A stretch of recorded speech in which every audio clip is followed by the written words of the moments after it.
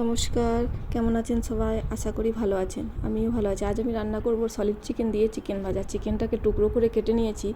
ভাজার জন্য লাগবে আমার থেতো করা রসুন, আদা আর কাঁচা লঙ্কা, আর পরিমাণ মতো পেঁয়াজ আমি কুচি করে রেখেছি। এবার একটা কড়াইয়ের মধ্যে পরিমাণ মতো তেল নিয়ে নেব। তেল গরম হয়ে এলে দিয়ে দেবো 1 চামচ চিনি। চিনি একটু লাল হয়ে এলে দিয়ে দেবো কেটে রাখা চিকেনের টুকরোগুলো। তার আগে একটু দিয়ে দিলাম হলুদ। হলুদটা দিলে চিকেন দেওয়ার সময় তেল ছিটাবে না, কম ছিটাবে আর কি। এই যে চিকেনের টুকরোগুলো দিয়ে দিলাম। দেওয়ার সঙ্গে সঙ্গেই একটু নেড়ে নিতে হবে, না হলে তলায় ধরে যাবে। এভাবে চিকেন ভাজা করলে খেতে কিন্তু খুব স্বাদ হয়। সলিড চিকেন বাড়িতে কেউ খেতে না চাইলে এভাবে একবার বানিয়ে খেয়ে দেখবেন, খেতে দুর্দান্ত হয়। এবার দিয়ে দেবো পরিমাণ মতো লবণ, হলুদ আর লাল লঙ্কার গুঁড়ো।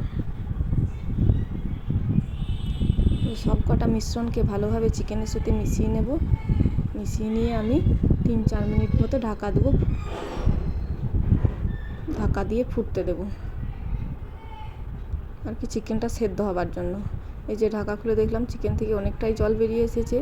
আরেকবার নেড়ে নেব যাতে নুন হলুদ চিকেনের মধ্যে ভালোভাবে ঢুকে যায়।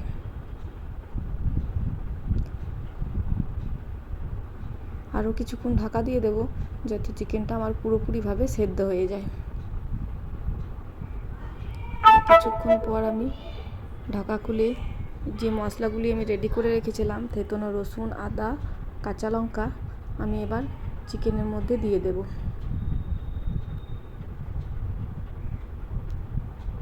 চিকেনের মধ্যে দিয়ে দিলাম। এবার ভালোভাবে আমাকে কষাতে হবে। আদা রসুনের গন্ধ যেন চলে যায় আর চিকেনের সাথে মিশে যায় যেন।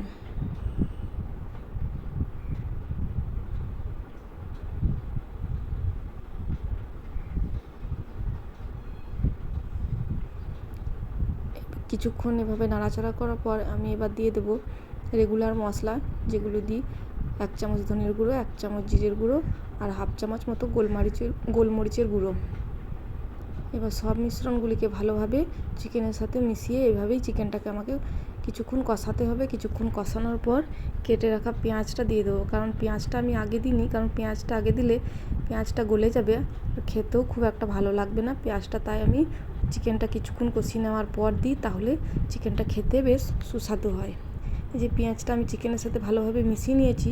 দিয়ে 1-2 মিনিটের মতন আমি আবার ঢাকা দিয়ে দেবো। ঢাকা দিয়ে দেবো, তাহলে পেঁয়াজটা আমার সেদ্ধ হয়ে যাবে, গলবেও না, অথচ সেদ্ধ হয়ে যাবে। এতে কী হয়, চিকেনটা খেতে বেশ ভালো লাগে। এই যে ঢাকা খুলে আমি এবার নাড়তে থাকবো চিকেনটা ভাজার জন্য। দিয়ে দেবো একটু কসুরি মেথি, এতে চিকেনের ফ্লেভারটা বেশ ভালো হয়। কসুরি মেথি দিয়ে এইভাবে নাড়াতে হবে বেশ কিছুক্ষণ। একটু একটু করে জল দিয়ে আবার ভাজতে থাকবো। একটু ভাজার পর দিয়ে দেবো একটু টমেটো কেচাপটা দিয়ে আবার কিছুক্ষণ ভাজতে হবে। টমেটো কেচাপটা দিলে চিকেনের স্বাদটা বেশ ভালো হয়, টক ঝাল মিষ্টি সব রকম হয়। আপনারা চাইলে দিতেও পারেন, নাও পারেন। আমি এখানে টমেটো দিইনি, টমেটো কেচাপটাই দিই। এবার টমেটো কেচাপটা দিয়ে কিছুক্ষণ ভাজার পর আমার সব মশলা প্রায় ভাজাও হয়েছে, কষাও হয়ে গিয়েছে, চিকেনটা আমার পুরোপুরি রেডি হয়ে এসেছে। এবার উপর থেকে ছড়িয়ে দেবো গরম মশলাটা দিয়ে কিছুক্ষণ ভালোভাবে নাড়িয়ে নেব, যাতে গরম মশলার গন্ধটা চিকেনের মধ্যে মিশে যায়।